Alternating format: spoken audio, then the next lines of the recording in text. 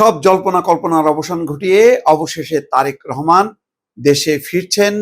কিছুক্ষণ আগে বিএনপির স্থায়ী কমিটির বৈঠক থেকে এই কথা জানিয়েছেন দলের নেতা সালাউদ্দিন আহমেদ, যিনি স্থায়ী কমিটির একজন সদস্য। দর্শক, আপনারা জানেন যে ইতিমধ্যে বেগম খালেদা জিয়াকে রাষ্ট্রের বিশেষ গুরুত্বপূর্ণ ব্যক্তি হিসেবে ঘোষণা করে তাকে এসএসএফ নিরাপত্তা দেওয়া হয়েছে। ধারণা করা হচ্ছে সেই নিরাপত্তা সুবিধা তারেক রহমানও পাবেন এবং সেই নিরাপত্তা নিশ্চিত হওয়ার প্রেক্ষিতে তারেক রহমান দেশে ফেরার সিদ্ধান্ত নিয়েছেন। যদিও বিষয়টি আনুষ্ঠানিকভাবে তারেক রহমান পাবেন কি পাবেন না এটি জানানো হয়নি, তবে নিয়ম অনুযায়ী বেগম খালেদা জিয়া যেহেতু সন্তান আর নিরাপত্তার একটি বিষয় তিনি সামনে এনেছেন এবং সরকারের পক্ষ থেকে আজকে ডক্টর আসিফ নজরুল আইন উপদেষ্টা তিনি বলেছেন সব ধরনের নিরাপত্তা এবং তার আসার যেই ব্যবস্থা সেটি করা হয়েছে, অর্থাৎ কোনো রকম সমস্যা নেই, সরকারের ক্ষেত্রে কোনো বাধা তো নেই, বরং সর্বোচ্চ তাকে সহযোগিতা করা হবে। সম্ভবত সরকারের উচ্চ পর্যায়ের আশ্বাস এবং নিরাপত্তা বিষয়ক যে সংস্থাগুলো কাজ করছে তাদের সাথে আলাপ আলোচনা ক্রমে হয়তো সিদ্ধান্ত হয়েছে যে তারেক রহমানের দেশে আসার ক্ষেত্রে কোনো বাধা নেই এবং তিনি ফিরবেন এবং বেগম খালেদা জিয়ার জন্য যেই এসএসএফ এর নিরাপত্তা সুবিধাটা আছে সেই সুবিধাটা তিনি এখন পাবেন, কারণ ইতিমধ্যে একটি নিরাপত্তা ইস্যু সামনে এসছে, এটা সবাই জানেন। দর্শক, অন্তত এখন একটি যেই দ্বিধা দ্বন্দ্ব ছিল গত 2 দিন ধরে যে তারেক রহমান আসবেন কি আসবেন না, তারেক রহমান তার নিজের আসার ক্ষেত্রে তিনি নিজেই বলেছেন যে তার আসার বিষয়টি অবধারিত নয় এবং একক সিদ্ধান্তের বিষয় না।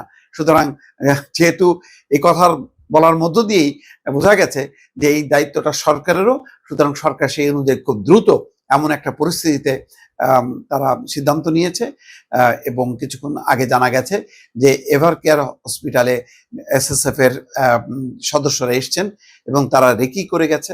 হয়তো আজকে রাতের মধ্যেই তারা তাদের পুরো নিরাপত্তা ব্যবস্থা সেখানে নিশ্চিত করবে এবং এই নিরাপত্তা ব্যবস্থার সাথে তারেক রহমানের নিরাপত্তা যুক্ত, কারণ তারেক রহমান যখন নাকি মুভ করবেন এভার কেয়ার হসপিটালে আসবেন, পুরো এলাকা জুড়ে যেই এসএসএফ এর বিশেষ নিরাপত্তা সেটা অন্য কোনো সংস্থা দিতে পারে না।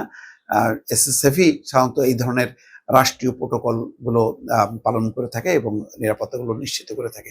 তো তাদের সেই নিরাপত্তার পুরো ব্যবস্থাটা কার্যকর হবে সম্ভবত আজকে থেকে, এবং ফলে তারেক রহমানের আসার ক্ষেত্রে যেই একটি গুঞ্জন ছিল যে তিনি সম্ভবত এই পরিস্থিতিতে আর নাও ফিরতে পারেন, তো সেটির অন্তত অবসান ঘটলো। তিনি ফিরছেন, এটি বিএনপির জন্য নিঃসন্দেহে একটি সুখবর। তবে একই সঙ্গে একটি বিষয় যে তারেক রহমানের আগমনকে কেন্দ্র করে যে পরিস্থিতি তৈরি হবে সেটি বেগম খালেদা জিয়ার স্বাস্থ্য চিকিৎসা সবকিছু মিলায় একটা কঠিন চ্যালেঞ্জের মধ্যে পড়বে এবং সেই কারণেই হয়তো এসএসএফ, পুলিশ, অন্যান্য সংস্থা পুরো বিষয়টি দেখভাল করবে।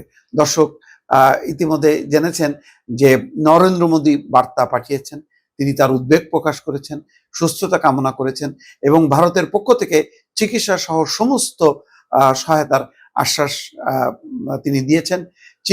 চীনের সরকার রেসপন্স করেছেন এবং ইতিমধ্যে চীনের 5 জন বিশেষজ্ঞ ডাক্তার এভার কেয়ার হসপিটালে এসেছেন এবং তারা চিকিৎসা কার্যক্রম শুরু করেছেন।